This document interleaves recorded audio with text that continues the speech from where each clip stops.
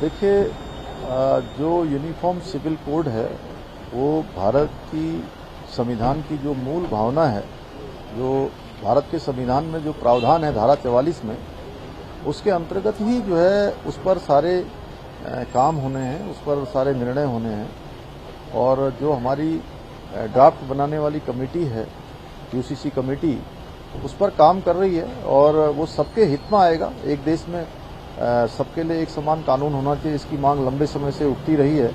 हमने उत्तराखंड में इसकी शुरुआत की है, देवभूमि इसके लिए अगुवाई कर रही है और आने वाले समय में हमारी तो अपेक्षा है कि देश भर में ये कानून लागू होना चाहिए। एक लोकायुक्त के गठन को नियुक्ति को लेकर कल कोर्ट ने टिप्पणी की, किस तरीके से आप देखते हैं? वो माननीय न्यायालय का जो भी आएगा उसके अनुसार, क्योंकि विधानसभा में भी जो है प्रकरण काफी लंबे समय से प्रवर समिति को गया हुआ है और सारे पहलुओं पर देखने के बाद उस पर कार्रवाई होगी। सर, यात्रा में प्रभावित हो रही है? चारधाम यात्रा में चूंकि बीच बीच में अत्यधिक बारिश होने के कारण से, बर्फबारी होने के कारण से रुकावटें पैदा हो रही है और मेरा सभी तीर्थयात्रियों से, श्रद्धालुओं से, सभी से अनुरोध भी है कि मौसम की जानकारी करने के बाद अपनी यात्रा को प्रारंभ करें, जिससे उनको किसी परेशानी का सामना न करना पड़े। तो लोकायुक्त क्या माने? वो चूंकि एक नया एक्ट बनना था और नए एक्ट के बाद जो है उस पर विधानसभा की प्रवर समिति उस पर काम कर रही है। प्रवर समिति का अभी निर्णय नहीं आया है।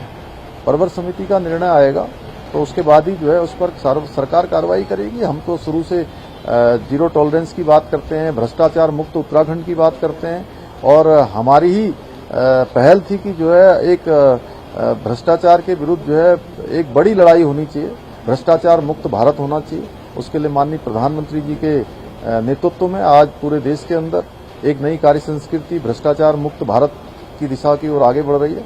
उसको उत्तराखंड में भी हम लोग आगे बढ़ा रहे हैं। 1064 सभी कार्यालयों में ऐसे बोर्ड हमने लगा दिए हैं। कहीं पर भी कोई भ्रष्टाचार की शिकायत आती है, भ्रष्टाचार में कोई भी संलिप्त पाया जाता है तो उस पर कार्रवाई हो रही है। सर, जिनके खिलाफ विजिलेंस जांच चल रही है उनकी डीपीसीयां रोकी गई है, किस तरीके से आप इस निर्णय को आप देखते हैं? देखिए, चूंकि वो कमेटी का अपना फैसला है, लेकिन अगर कहीं पर भी किसी के भी खिलाफ कोई जांच है तो उस पर कार्रवाई होगी, चाहे कोई भी हो। सर, बद्रीनाथ चलने के लिए मनाही हो गई है, उस पर आपका क्या कहना है? ऐसा कोई निर्णय कहां से आया है? सर, कल पुलिस बैठक में एक सहमति हुई दोनों पक्षों को और मैं इसके निर्णय की जानकारी पता करता हूं। और बद्रीनाथ हमारा पवित्र धाम है, हिंदुओं का और पूरे देश भर के, दुनिया भर के लोगों का आस्था श्रद्धा का प्रतीक स्थल है। वहां पर भगवान की पूजा होनी चाहिए, भगवान की पूजा हो रही है।